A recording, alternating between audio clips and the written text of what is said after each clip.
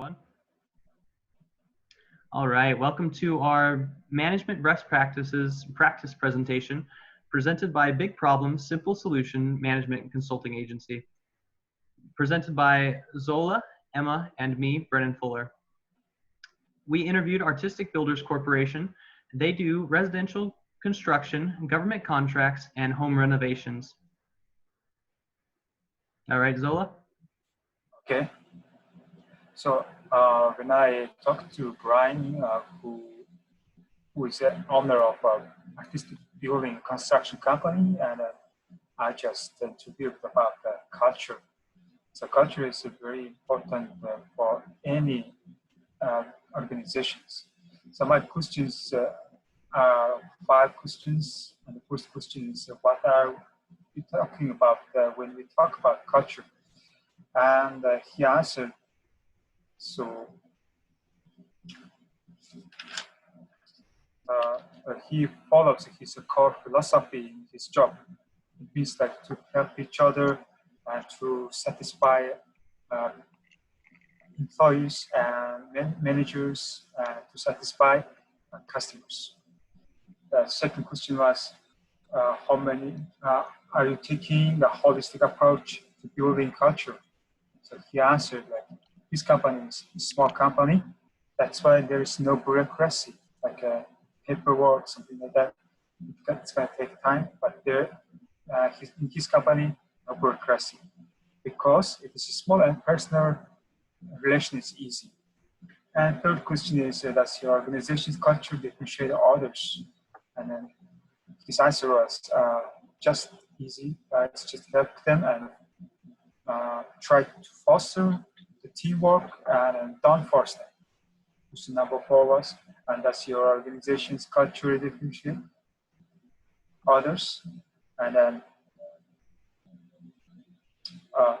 question number 4 was, how do you involve your customers in building culture? And then he answered, customers is very important, and customer service is connected to building culture.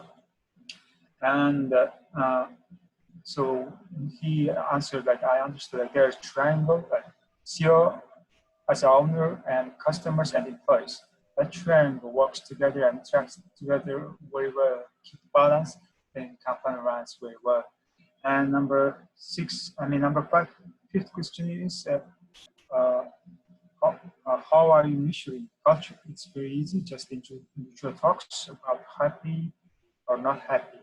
And as he has an interview, and then just he's going to receive the feedback from them, and then he can perfect the company's culture and create a more comfortable environment for the company. That's all. All right. So we also studied how CEOs and companies can make best use of their time. As a CEO, you have so much going on every day. It's important to manage your time wisely. We should start every day communicating with the most important people through email and phone calls. Review your goals for the day and make sure you have enough time set aside for flexibility. Make sure you have enough time to be able to talk to your employees and convey your vision to them so they can convey it to your customers. Another important aspect is meetings. Meetings can take up a lot of time, but if done right, they can be incredibly effective. Some meetings should be set aside just for gathering information and explaining what you need done and finding out what other people need done and how you can best help them. Other meetings should be used to plan out the intricacies of different projects.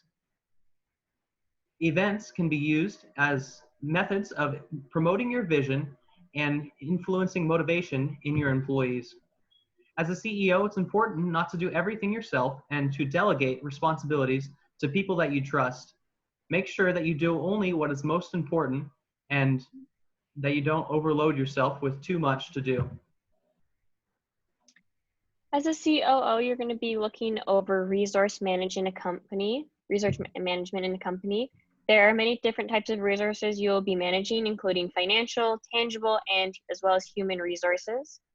Financial resources can range anywhere from day-to-day finances to investments, managing good debt and bad debt, putting yourself as well as other employees on payroll, maintaining good financial discipline, and living within your means are all categories and concepts that will fall under financial resources. Tangible resources can range anywhere from physical equipment to materials for building the product you're selling. In the specific company that we looked at, bonding capacity was a means of insurance, that something that could act as something that would insure them, and their tangible resources would be put to use if they were unable to finish the job. This is something that needs to be managed and looked over as companies move forward in progressing and expanding their business as well. Lastly, human resources. We're looking at your employees, co-workers, contractors, anyone that you're working with.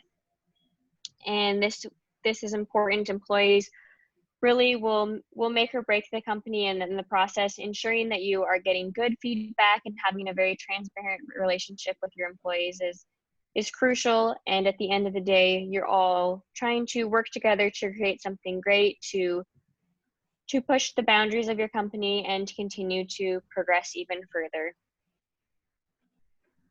All right.